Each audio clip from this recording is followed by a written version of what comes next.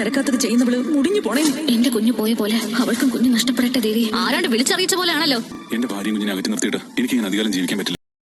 Hello friends, അങ്ങനെ മഹാലക്ഷ്മി പുതിയ promo. എന്റെ പൊന്നോ, ഇങ്ങനെയും ഉണ്ടോ പ്രാർത്ഥനകൾ എന്ന് തോന്നിപ്പിക്കുന്ന ഒരു രംഗങ്ങൾ തന്നെ. അതേ കൂട്ടുകാരെ, നമ്മുടെ ഉണ്ണി ആദ്യം തന്നെ ക്ഷേത്രത്തിൽ വന്നിട്ട് പറയുന്നുണ്ട്, ഇന്നത്തോടുകൂടെ ഞാൻ എല്ലാവരുടെയും കള്ളക്കളി നിർത്തും, നോക്കിക്കോ എന്നൊക്കെ പറഞ്ഞ് നമ്മുടെ ഉണ്ണി കടുത്ത വാശിയിലാണ്. അപ്പൊ ദുർഗാമ്മ പ്രാർത്ഥിക്കുന്നുണ്ട്, ഓ ആ ലക്ഷ്മി എന്ന് പറഞ്ഞവൾ നശിച്ചു മുടിഞ്ഞു പോണേ ഭഗവാനെ എന്നാട്ടോ നമ്മുടെ ദുർഗാമ്മയുടെ പ്രാർത്ഥന. എന്തൊരു പ്രാർത്ഥനയല്ലേ.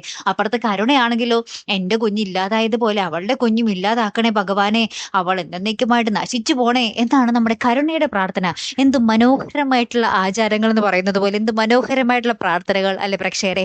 അതിനുശേഷം ഇവർ ഈ പ്രാർത്ഥിച്ചൊക്കെ കഴിഞ്ഞ് ഇറങ്ങുമ്പോഴത്തേക്കും കൃത്യമായിട്ട് നമ്മുടെ മഞ്ജുവിനെയും മഹാലക്ഷ്മിനെയും നേർ കാണുന്നുണ്ട്. അപ്പൊ തന്നെ കരുണ ആരാണ്ടൊക്കെ വിളിച്ചു പറഞ്ഞതുപോലെയാണല്ലോടി കറക്റ്റ് ആയിട്ട് മുന്നിൽ വന്ന് പ്രത്യക്ഷപ്പെട്ടത് എന്ന് പറയുക. അപ്പൊ മഞ്ജു കരുണയ്ക്ക് മറുപടി കൊടുക്കുന്നുണ്ട്, പ്രാർത്ഥിക്കാനാ വന്നതെങ്കിൽ പ്രാർത്ഥിച്ചിട്ട് ഇവിടുന്ന് പൊയ്ക്കോ, ഇവിടെ എല്ലാവർക്കും പ്രാർത്ഥിക്കാൻ വരാനുള്ള അധികാരമുണ്ട്, അല്ലാണ്ട് നിങ്ങൾക്ക് മാത്രമല്ല എന്നും പറഞ്ഞ് നമ്മുടെ മഞ്ജു മറുപടി കൊടുക്കുന്നുണ്ടേ. അപ്പുറത്ത് കണ്ണനാണെങ്കിൽ ഡ്രൈവർക്കൊപ്പം ക്ഷേത്രത്തിൽ വരാൻ വേണ്ടി ഇങ്ങനെ റെഡി ആയിട്ട് കാറിലിരിക്കുക.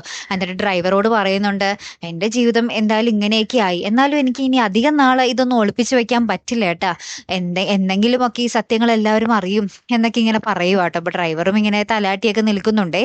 അപ്പുറത്താണെങ്കിൽ നമ്മുടെ മഹാലക്ഷ്മിയുടെ അവസ്ഥ ഇനി എന്തായി തീരും എന്നുള്ളതാണ് നമുക്ക് ഇനി അറിയേണ്ടത് കൂട്ടുകാരെ. നമ്മുടെ ഉണ്ണി സത്യങ്ങളൊക്കെ അറിഞ്ഞ സ്ഥിതിക്ക് എന്തൊക്കെ സംഭവിക്കും എന്നുള്ളതാണ്. ഇനി ഉണ്ണി ഈ അറിഞ്ഞ സത്യങ്ങളൊക്കെ നമ്മുടെ കരുണയ്ക്ക് മുന്നിൽ തെളിവ് സഹിതം പറഞ്ഞു കൊടുക്കുമ്പോഴായിരിക്കും കരുണ ഒന്ന് ഞെട്ടാൻ പോകുന്നത്. ഇത്രോ നാളും താനും കണ്ണേട്ടന്റെ പൊട്ടങ്ങളിൽ പെട്ടുപോയല്ലോ എന്ന് ഓർത്തിട്ട്.